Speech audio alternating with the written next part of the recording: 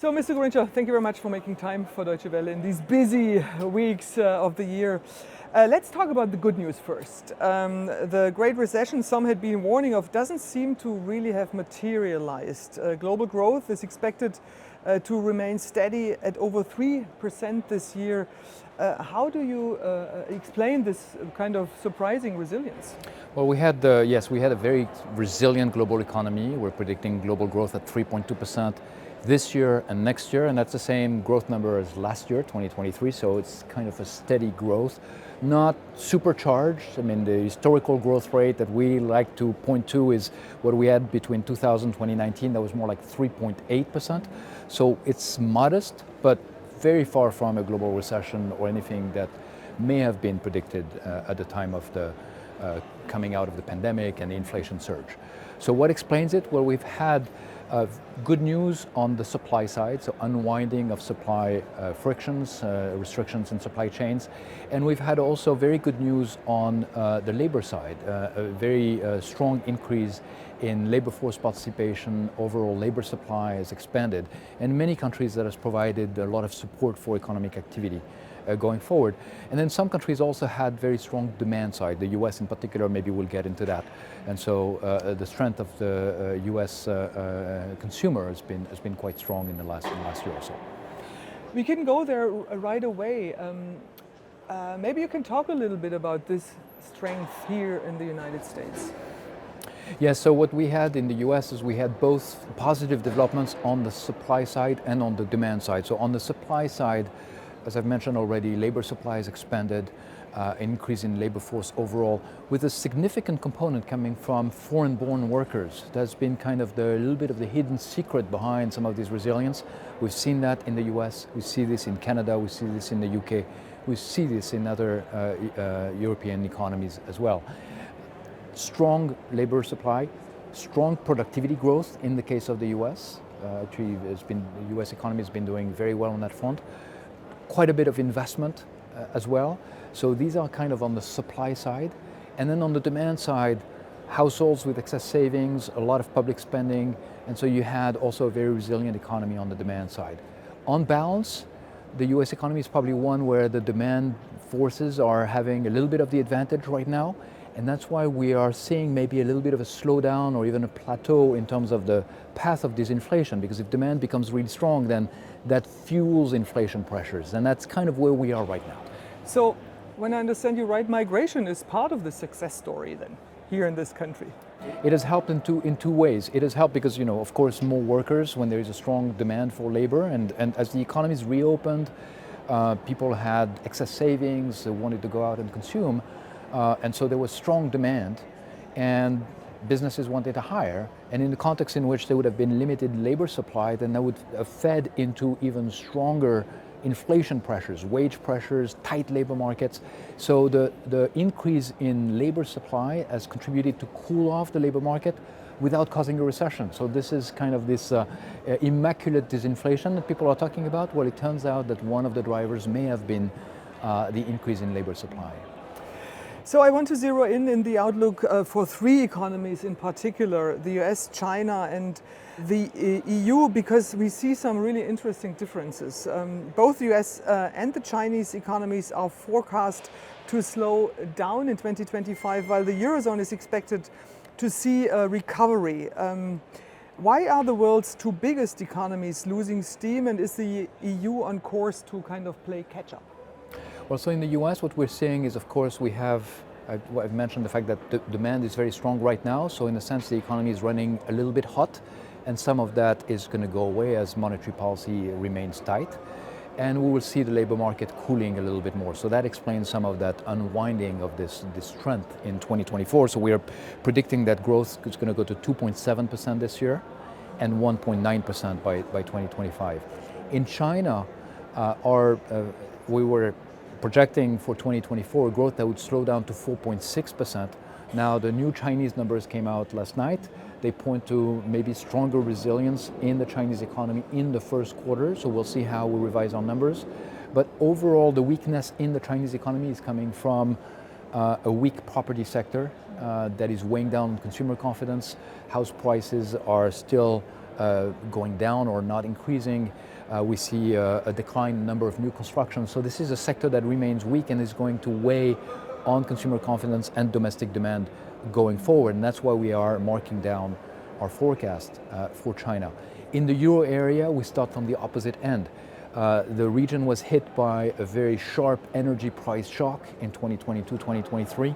It's coming out of that, but monetary policy is still tight. So what we're seeing going forward is monetary policy will start to ease, that will ease financial conditions. And then as wages continue to grow and recover, real wages, purchasing power of workers have declined in recent years in Europe, and they're expected to catch up. That will provide additional purchasing power to workers and households, and that will sustain demand. So let's talk about developing country. Emerging and developing countries overall are expected to continue to post solid growth. India, in particular, is expected to stay strong at well over 6%. Would you say that this growth is primarily homegrown, or is kind of this country benefiting from Western attempts to decouple or de-risk their ties with China?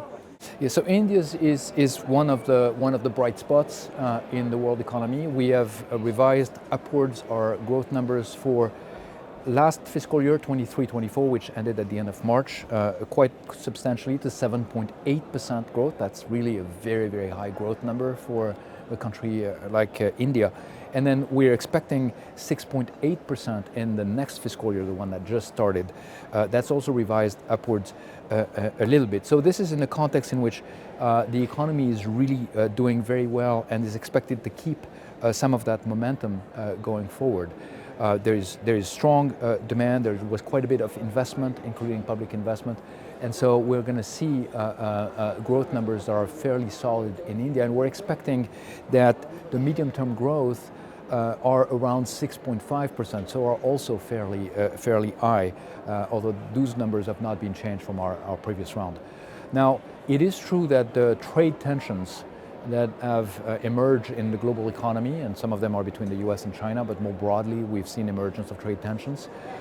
These lead to a reconfiguration of supply chains, an elongation of supply chains, and that can benefit third countries.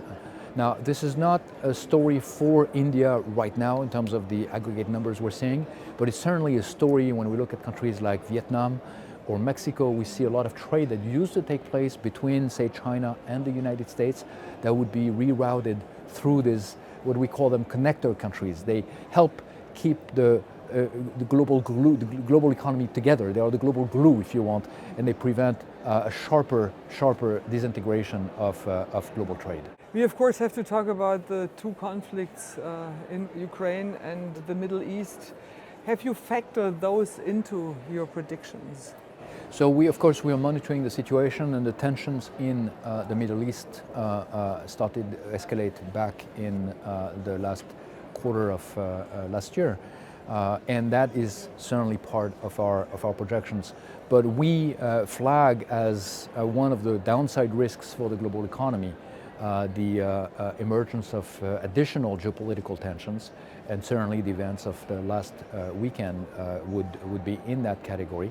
It's too early to assess the impact that this might have, but what we did in our report is run an adverse scenario and imagine what would happen if an escalation of geopolitical tensions led to an increase in energy prices and also disrupted shipping on a scale that is higher than what we've seen up until now. And we've seen some disruptions in shipments, for instance, between Asia and Europe through the Red Sea and the Suez Canal. So in our scenario, we look at something that's a little bit sharper than that. And what we find is that it leads to higher inflation around the world. This higher inflation would push central banks to tighten monetary policy in order to keep inflation under control. That would weigh down on activity, so we would have a combination of slightly higher inflation. In our simulations, we find that if you had an increase in oil prices of about 15% compared to our baseline, that would translate into about 0.7 percentage point higher inflation globally, and that would also be associated with lower economic activity. Let's stick with Russia for a moment. Its economy has proven pretty resilient, but the growth is expected to slow down. Do you think this might reflect on an expectation of a conclusion to end the war in Ukraine? Well, let's start from where we are. So where we are right now is indeed we have marked up our growth projections for Russia for 2024 from about 2.6% to 3.2%. So it's a significant upward revision. And the drivers of that revision, there are four things going on. One, you mentioned, oil exports have been quite resilient in volume, and then oil prices have remained fairly high. So that generates resources for the Russian economy that can help fund its activities. Second, we've seen strong investment in Russia. Investment for two reasons. One is, of course, because there is a military effort, but also because it's some of the private investment is substituting for foreign investment that was there before. And then third, very importantly, we have fairly strong consumption. This is a tight labor market.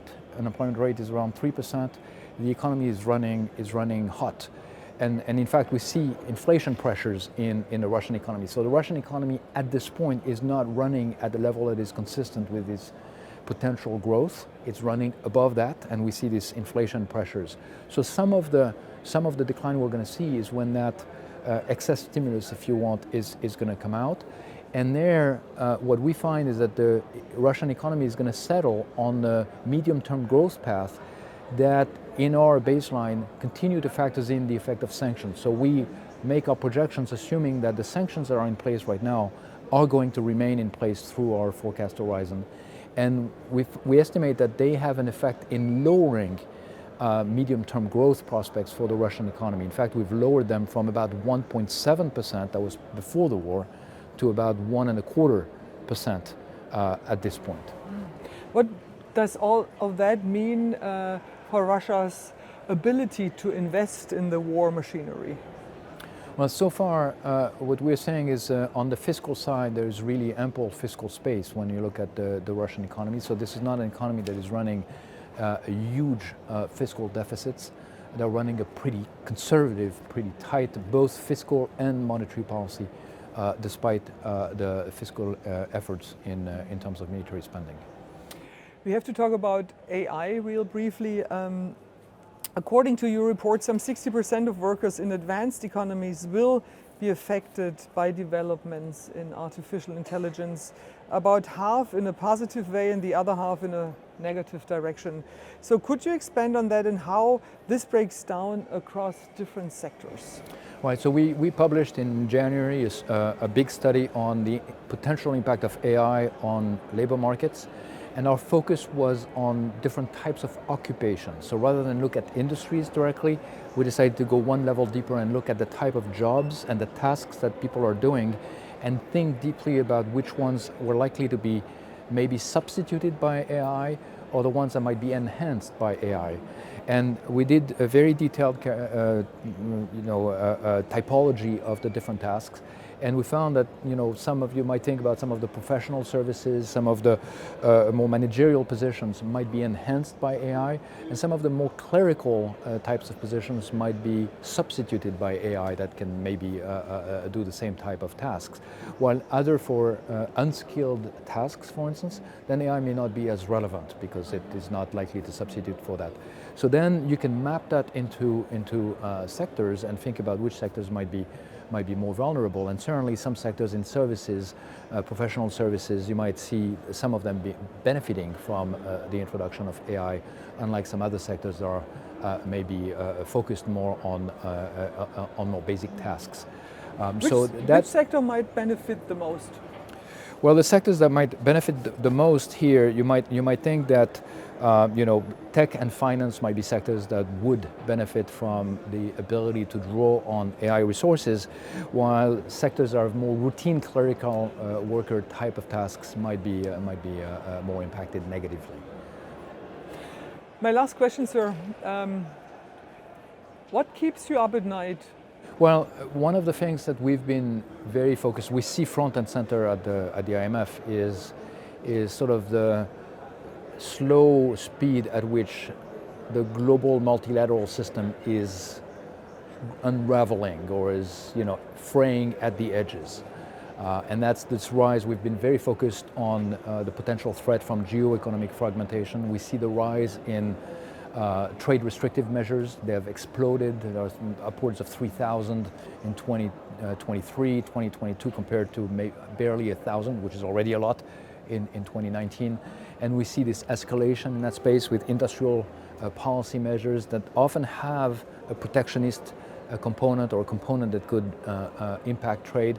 And we're worried that that spirit of global cooperation that is so essential to tackle some of the critical issues in front of us, whether we're thinking about climate change. You mentioned AI. AI is going to have global implications. We need to think about the global governance in an AI world, whether we think about digitalization more broadly, whether we think about addressing the problems of the lowest income countries.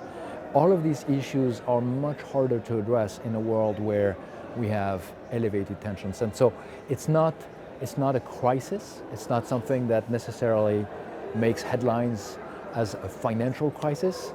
And certainly no one would want a financial crisis, but I think we have to be focused on this potential unraveling that makes the world economy less efficient, then impacts our growth rate in insidious ways, and leads us on a path that is a path where we cannot achieve some of the development goals that we really need to accomplish. Thank you very much. You're welcome.